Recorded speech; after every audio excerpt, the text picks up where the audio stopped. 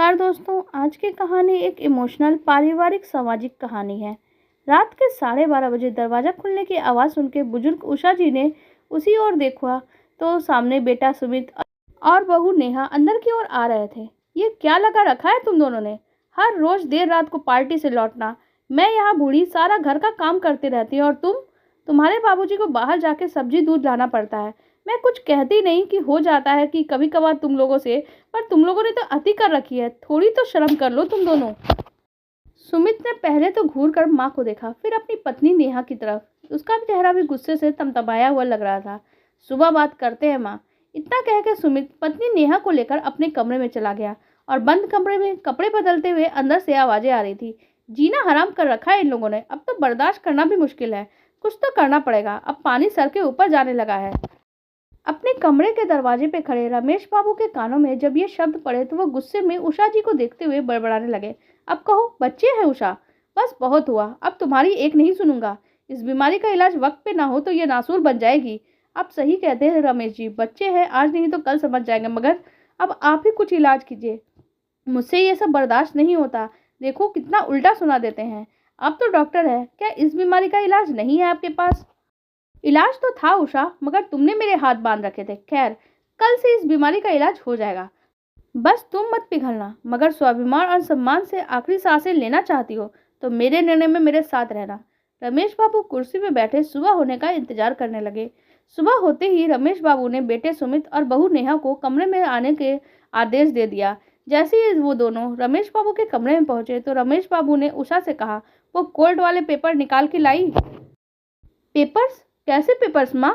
सुमित ने पूछा तो वहीं नेहा के तीखे लफ्जों में कहा, मुझे जिम जाने में देर हो रही है, जो कहना हो जल्दी कहिए। बस जरा सा वक्त बेटा। रमेश बाबू उठे और स्वयं ही लॉकर से पेपर निकालते हुए बोले और फिर कुर्सी पर बैठ के चश्मे लगाकर पढ़ने लगे। ये कोर्ट के एग्रीमेंट के पेपर है सुमित। तुम्हें याद होगा तुम्हारे 18वें जन्मदिन पे तुमने जब सबसे महंगी वाली बाइक मांगी थी, तब मैंने तुझसे ये पेपर साइन करवाए थे और तूने मुस्कुराते हुए सहमति जताई थी। क्या है इन पेपर्स में? नेहा एकदम से सक्रिय हो उठी, जबकि सुमित अभी भी सोच ही में था।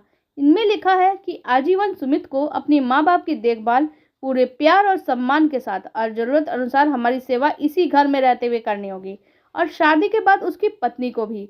अगर किसी भी परिस्थिति में वह और उसकी पत्नी स्वर्ग से मुंह मोड़ते हैं तो हमारी संपत्ति पे उनका कोई अधिकार नहीं रह जाएगा।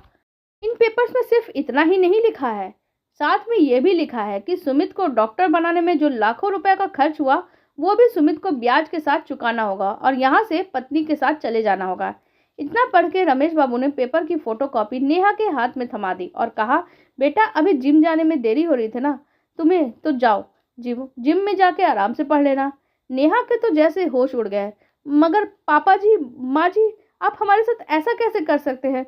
मतलब हम कैसे इतना पैसा, और हम जाएंगे कहाँ? सुमित थोड़ा हकलाते हुए बोला। और क्यों? रात को तो तुम कह रहे थे पानी सर से ऊपर जा रहा है, कुछ तो करना पड़ेगा। एक्स्ट्रा एक्स्ट्रा क्या हुआ पापा? वो सुमित नेहा को देखकर बोला, हाँ पापा जी, हमें माफ़ कर दीजिए, वो हम बच्चों से गलती हो जाती है। आप तो बड़े हैं, आप उन्हें माफ़ कर सकते हैं। और हमें थोड़ा माफ़ी। नेहा थोड़ी धीमी आवाज में सर झुका के माफ़ी मांग रही थी। और बेटा, जख्म जब लाइलाज हो जाए तब काटना जरूरी हो जाता है, और ये बात तो तुम दोनों डॉक्टर होने की हैसियत से बखूबी जानते हो।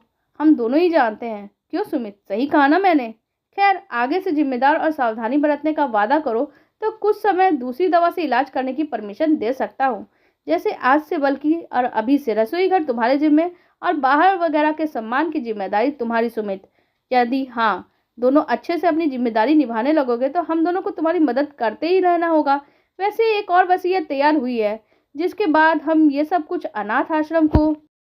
नहीं पापा जी नहीं, हम दोनों अपनी अपनी जिम्मेदारियों को बखूबी निभाएंगे। सुमित और नेहा एक साथ बोले। ठीक है तो शुरू हो जाओ। रमेश बाबू ने जैसे ही कहा, नेहा तुरंत रसोई घर की तरफ नाश्ता बनाने के लिए दौड़ी और वहीं सुमित थैला लिए दूध लाने के लिए। रमेश बाबू जहां भौंहों को हिला के मुस्कुराते हुए उषा जी की तरफ देख रहे थे और वहीं उषा जी भी मुस्कुराने लगी। आखिर देर से सही उन्हें उन बीमारी का सटीक इलाज जो मिल गया था। आपको हमारी ये कहानी कैसी लगी कमेंट सेक्शन में जरूर बताइएगा। साथ ही वीडियो को लाइक कर दीजिएगा और हमारे चैनल को भी सब्सक्राइब कर लीजिएगा। धन्यवाद।